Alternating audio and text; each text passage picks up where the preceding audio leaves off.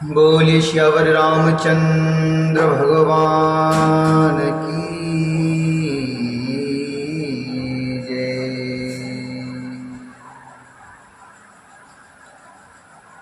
तब केवट ऊंचे चढ़ाई,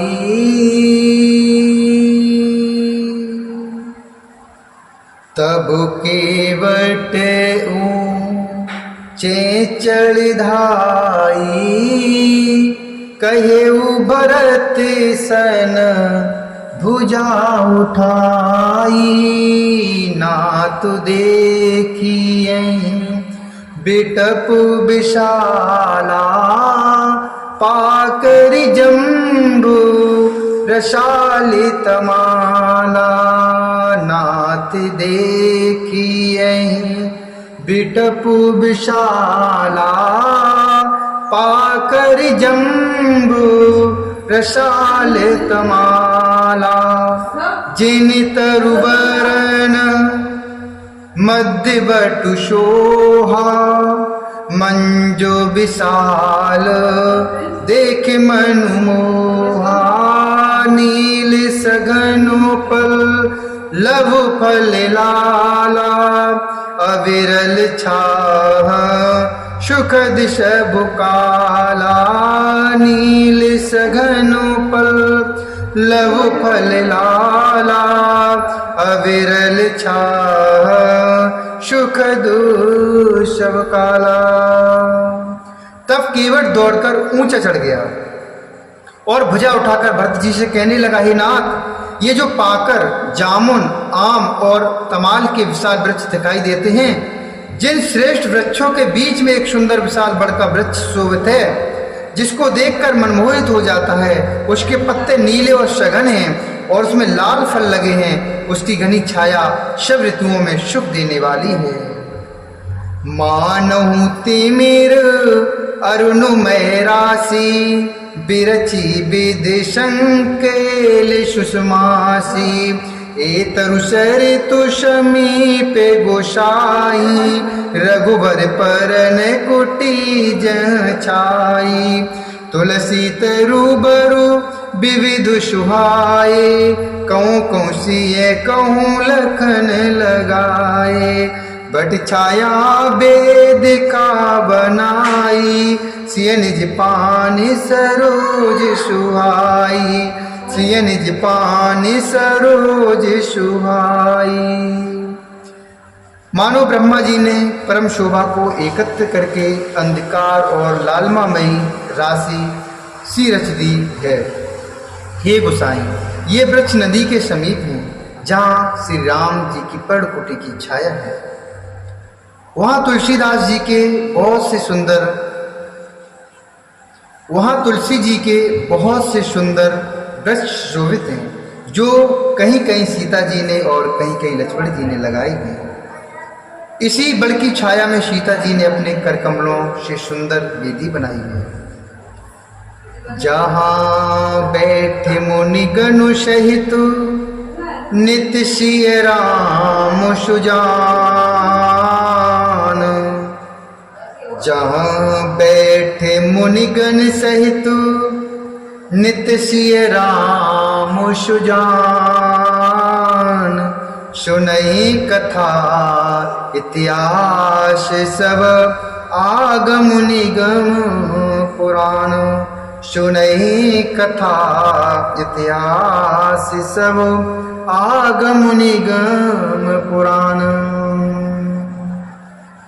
जहाँ सुजान श्री सीताराम जी मुनियों के वृंद समेत बैठकर नित्य शास्त्र, वेद और पुराणों के सब कथा इतिहास सुनाते हैं। सखा बचन सुनो बिटप निहारी, उमगे भरत बिलोचन बारी। करत प्रणाम चले दो भाई, कहते प्रीत शारद सकुचाई। हर सहिनी रखी राम पद अंका, मानहु पारशु पायऊ रंका। रज सिर धरहिए नैन लावही, रघुवर मिलन सरस सुख पावही। रज सिर धरहिए नैन लावही, रघुवर मिलन सरस सुख पावही। रघुवर मिलन सरस सुख पावही। सखा के वचन सुनकर और वृक्षों को देखकर भरत जी के नेत्रों में जल उमड़। उमगे भरत बिलोचन बारी, करतु प्रणाम चले दो भाई। कहत प्रीत सारद सकुचाई। दोनों भाई प्रणाम करते हुए चले। उनके प्रेम का वर्णन करने में सरस्वती जी भी सब चाहती हैं। श्री रामचंद्र जी के चरण चिन्ह देखकर दोनों भाई ऐसे हर्षित होते हैं मानो दरिद्र पारस पा गया हो, अर्थात मानो दरिद्र को पारस अर्थात खजाना मिल गया हो। वहां की रज को मस्तक पर रखकर हृदय में और नेत्रों में लगाते हैं और श्री रघुनाथ जी के मिलने के समान सुख पाते हैं। देखी भरत गति अकथि अतीवा, प्रेम मगन मृग खग जड़ जीवा। प्रेम मगन मृग खग जड़ जीवा। सकहि स्नेह विवशु मगु भूला। सकहि स्नेह विवशु मगु भूला। कहि सुपंथ शुरो बरसहि फूला। कहि सुपंथ शुरो बरसहि फूला। निरख सिद्धुषा ढके अनुरागे। निरख सिद्धुषा ढके अनुरागे। सहज स्नेहो सराहन लागे। सहज स्नेहो सराहन लागे। होते न भूतल भाऊ भरत को। होते न भूतल भाऊ भरत को। अचर सचर चर अचरि करत को। अचर सचर चर अचरि करत को। अचर सचर चर अचर करत को। भरत जी की अत्यंत अनिर्वचनीय दशा को देखकर वन के पशु पक्षी और जड़ अर्थात वृक्षादि जीव प्रेम में मग्न हो गए। प्रेम के विशेष वश होने से सका निषाद राज को भी रास्ता भूल गया। तब देवता सुंदर रास्ता बताकर फूल बरसाने लगे।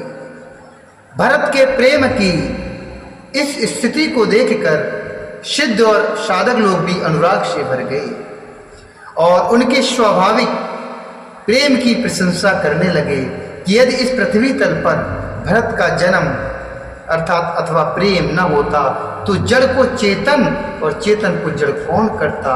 अचर सचर चर अचर करत को। प्रेम अमीय मंदरु बिरहु।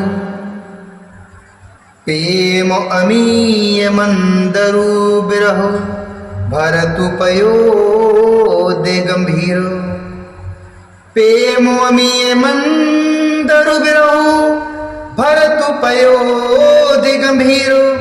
मथि प्रगटे सुर साधुहित। कृपा सिंधु रघुवीर। मथु प्रगटे सुर साधुहित। कृपा सिंधु रघुवीर। प्रेम अमृत है अमीय अर्थात अमृत। ब्रह मंद्राचल पर्वत है।